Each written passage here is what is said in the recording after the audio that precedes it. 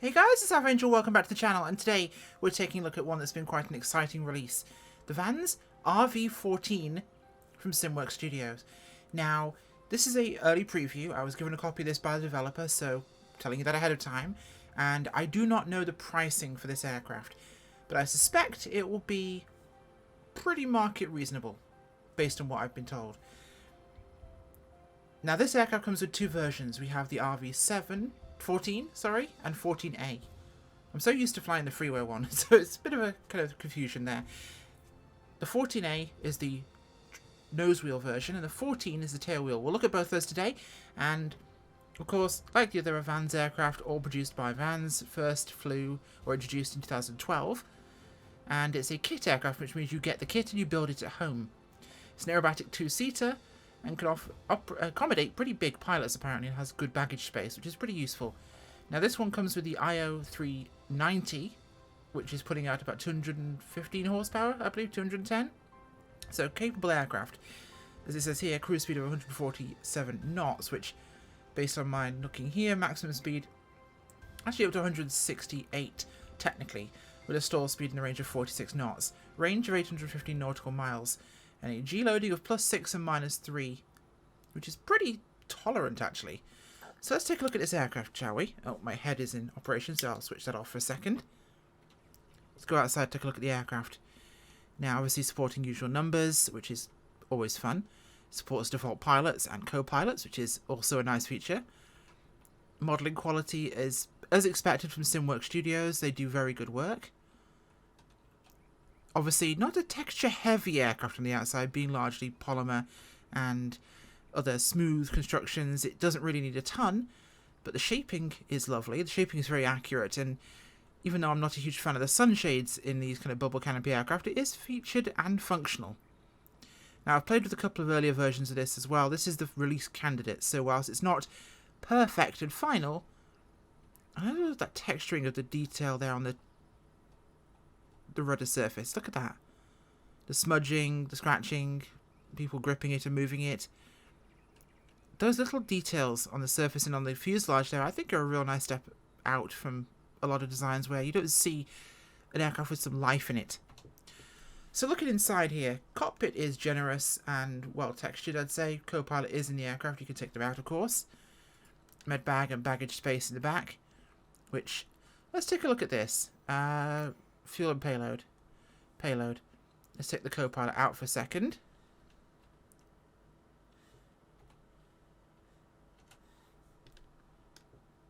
Did I actually set that one? No, I didn't set that one. So, let's set 150 in there. Does that change our baggage? It doesn't change the baggage, but hey, it's at least nice to have. Let's make sure we don't take off with a ridiculous amount there. And for some reason our co-pilot's reappeared. But that's a flight sim thing, of course. Either way, cockpit detailing is rather nice. All the buttons and switches have really, really nice tactile feel to them. And the sounds are juicy, I will say. Parking brake down there. We can even move our AC vents. A feature I never really know why is in a lot of flight sim aircraft, because it doesn't make me cooler or warmer. And of course, all of our circuit breakers actually function.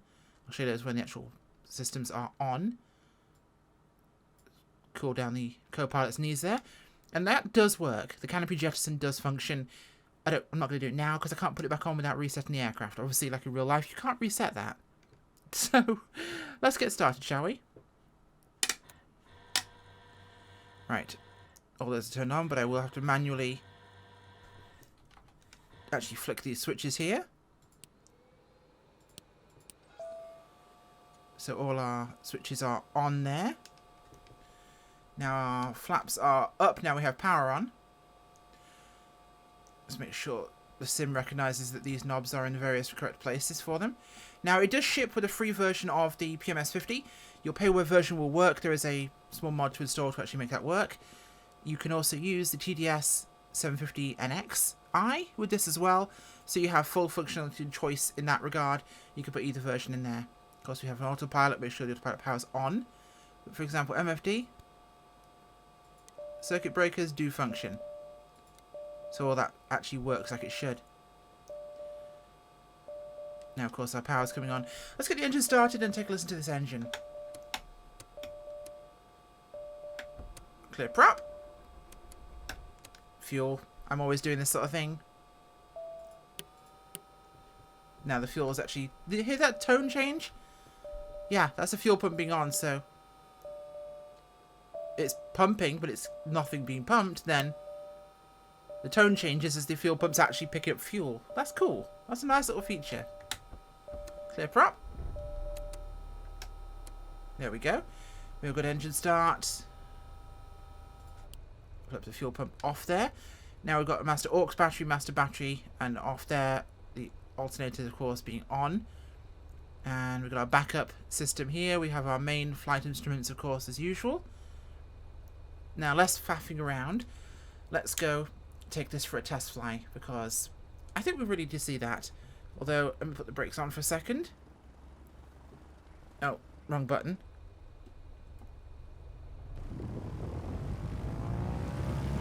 SimWorks' sounds are always fantastic.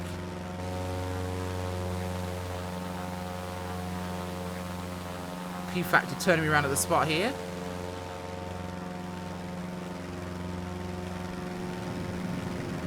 You can almost hear the air being blown back towards you from this angle.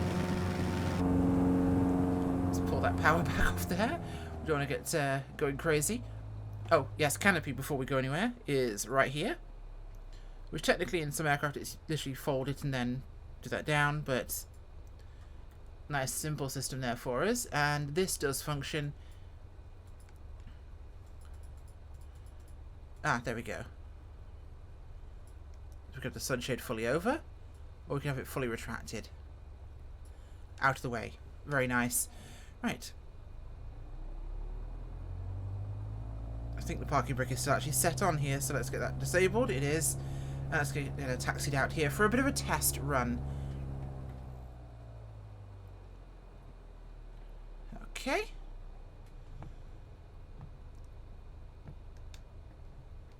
Taxiing a little quickly here at the moment, but we should be just fine.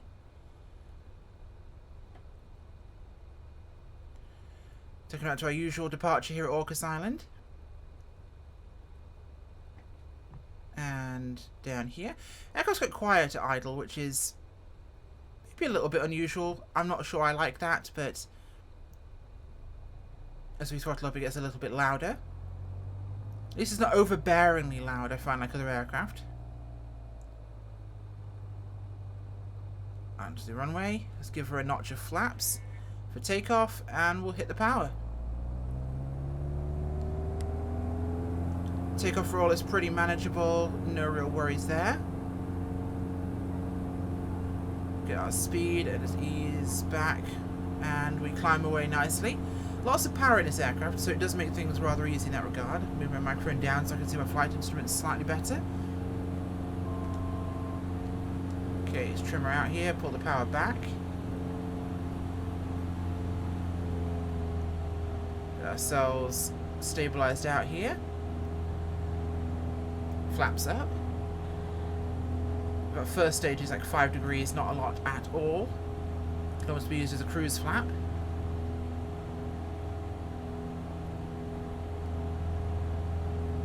Now people have asked to see what it's like at night with my aircraft reviews, which is something I will start doing.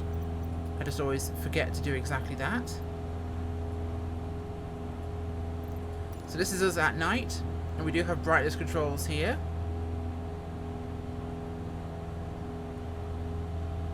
Obviously, there's a lot of glare at night time, so that does make things a little bit more interesting.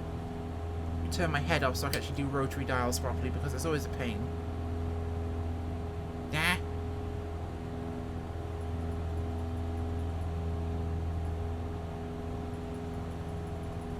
There we go, and so that's those, and then we have cabin lights. And let's go back to the daytime, where we can actually see what's going on here. And it's bright again. Sorry about your eyes. Right, put my head back on here. Now we are flying downwind rather perfectly there, so pull the power back here. And it gets very quiet again.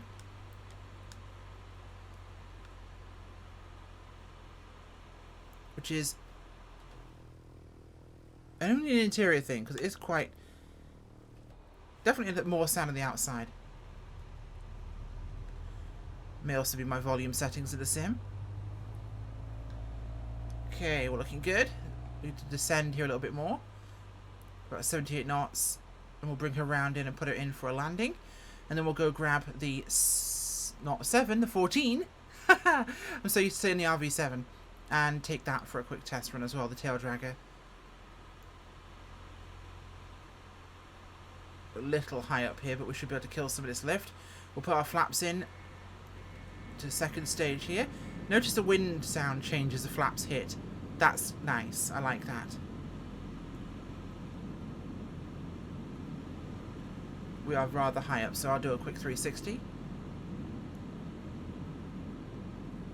Just to burn off some of this extra altitude.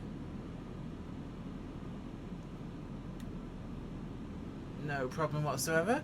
Aircraft's handling is very respectable. It's exactly what I would like it to do and what I expect it to do. So it's doing everything that I'd want from an aircraft of this ilk.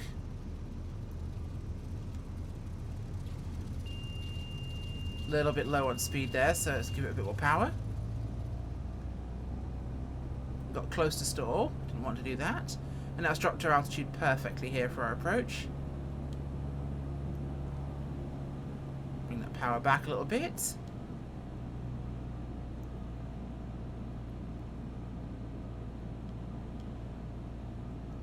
Yeah, I do have my volume generally down to about 25% because otherwise the sim is extremely loud. And of course we have the usual talkie on the Garmin.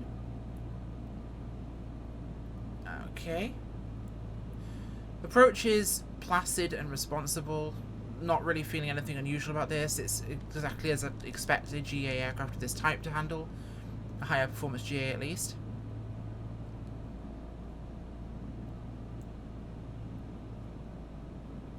Speed management is good. I'm not feeling particularly overbeared by this aircraft whatsoever. It's a small performance hit I'm seeing compared to simpler aircraft, but for its type, this is an aircraft you can fly exactly by the numbers or hop in and just fly as you wish to, so it does have that going for it.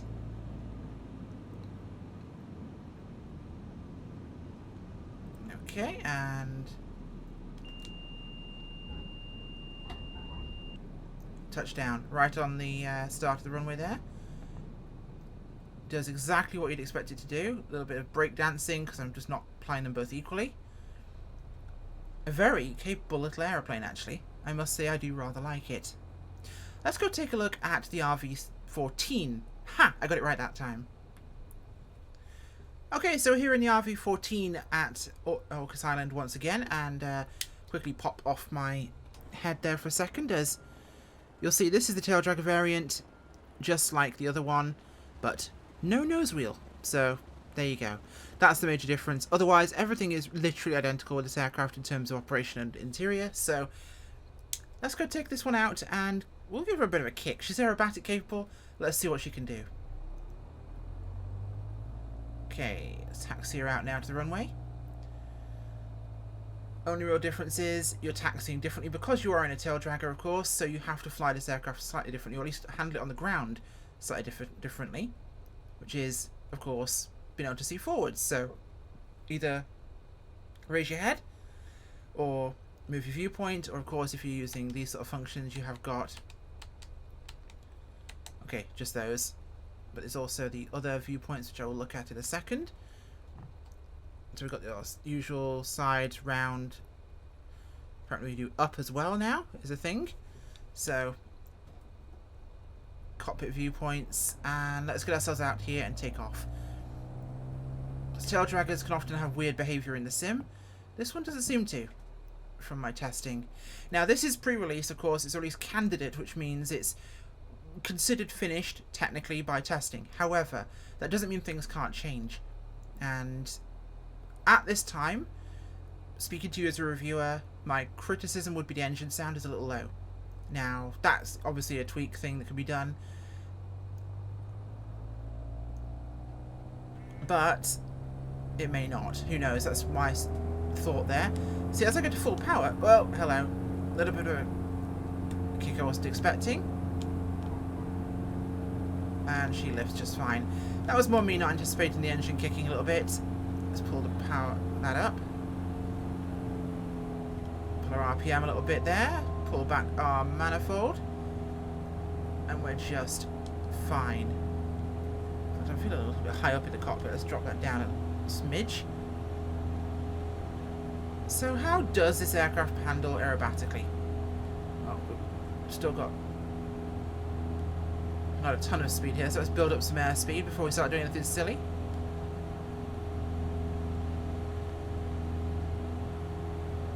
We're still climbing here, so we want to neutralise that a little bit. Let ourselves build some speed.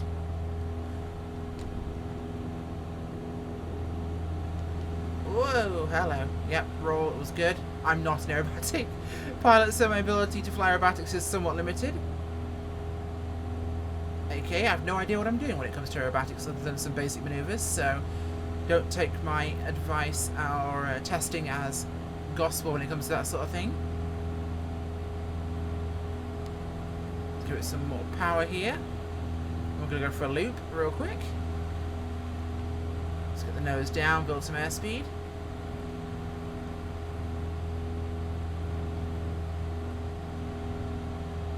Going vertical, going over the top.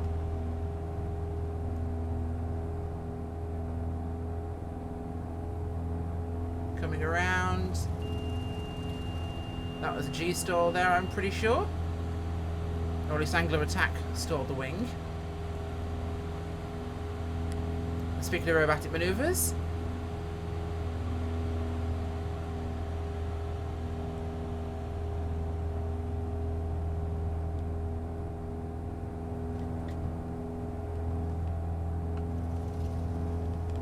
Hello. That wasn't anything even remotely interesting in terms of aerobatics. Let's try that again. Build some speed.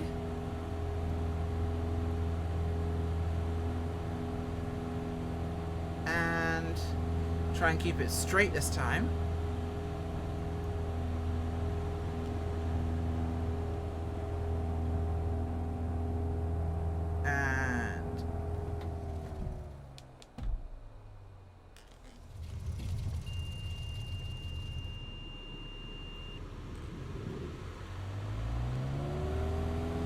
Yeah, not that exciting. I'm not very good at aerobatics, but let's go bring the tail wheel in for a landing. I gotta say, it does seem super quiet in the low RPM.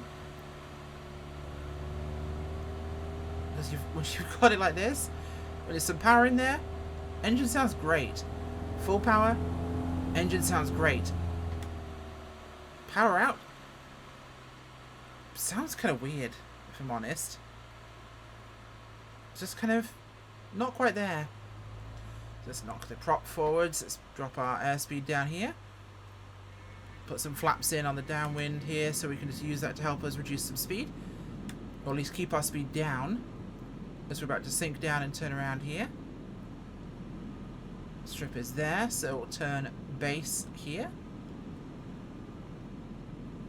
We'll go for a bit of a slip on the approach here just to see if we can kill some of that altitude and see how she behaves when doing that sort of thing. So it's something I like to see. Now, I appreciate the louder wind sounds when you've got the power out, and yeah, aircraft engines are a lot quieter when you're idle. That is accurate. Never been in an RV-14, so I don't know how quiet they are inside. This could be incredibly accurate, I don't know. I'll leave that up for you to decide and anybody else. And it's been tested by RV-14 pilots, so he must have said it sounds fine. Yeah, I was given a copy of this aircraft by the developer to review, and I always try to be honest with you guys. I'm kind of struggling to find a problem with it. There's occasional little moments like when you jettison the canopy, the vents on top are still present on right there on the glare shield. That's a thing, but a small thing that probably be fixed, probably already has been fixed in the next release candidate. But when it comes to actually finding faults, maybe it's a little bit frame hungry. Maybe that's my one complaint, and I have a reasonably high-end system. a Ryzen 2700X 3070 Ti, 32 gigs of DDR4 RAM. I'm running it on an SSD. So I have a reasonably potent computer here. And I need more power here because these flaps are absolute barn doors. There we go. Let's get the nose down here, which will help me keep the airspeed for this approach. In fact, you know what? That side step's a little bit dramatic. Okay, you shouldn't be doing this sort of thing this close to the threshold. Definitely not that thing either. That's a fence.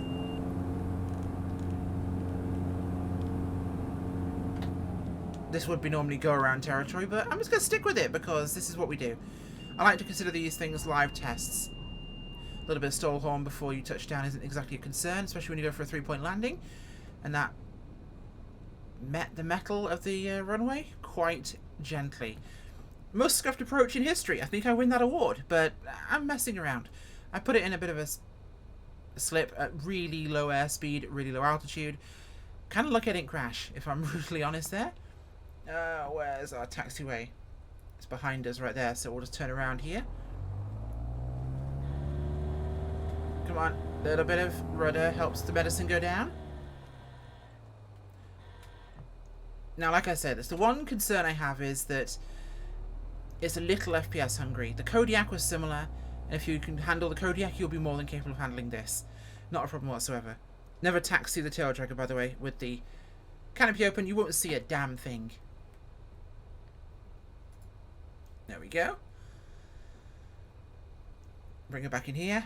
Again, I don't know how quiet these things are inside in real life, so it could be very accurate that at low RPM, almost closed throttle, it has almost no sound. I'm skeptical of that, but I could be proven wrong. In terms of features for an aircraft of this type, this is fantastic. It's about as rich of features as you could expect from an aircraft like this. I don't really see any way to actually add more. The support for multiple third-party navigation systems is really fantastic. And, of course, it will work, or believe it will work, again, like the Kodiak does, with the working title Garmin. So, it's one of those things that you really have to kind of measure up for yourself. Is this an aircraft you can see yourself flying? For me, that's a definite yes. I do like this kind of aircraft. I'll shut the engine down here. In fact, we're going to show you this. Whee!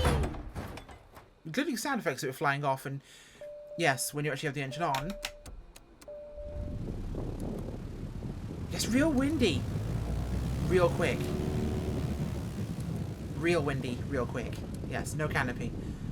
Not really a problem, but if you want to fly a open-top aircraft, maybe this is your way of flying an open-top aircraft, but there's no windshield either, so it's a slight issue. But I really like this. It's a fun aeroplane to fly. It's handling is fantastic. It's predictable. It flies like I expect it to. Even when I'm doing stupid things on approach, it is a well-mannered and predictable aircraft. It'll handle aerobatics, and it will be tolerant, but it's also able to punish you if you're a little bit too snappy. The wind sounds, the instrument sounds, all of the various elemental kind of sounds in the aircraft are really good. But again, the one thing that kind of gets into my head is this right? Is just the engine volume.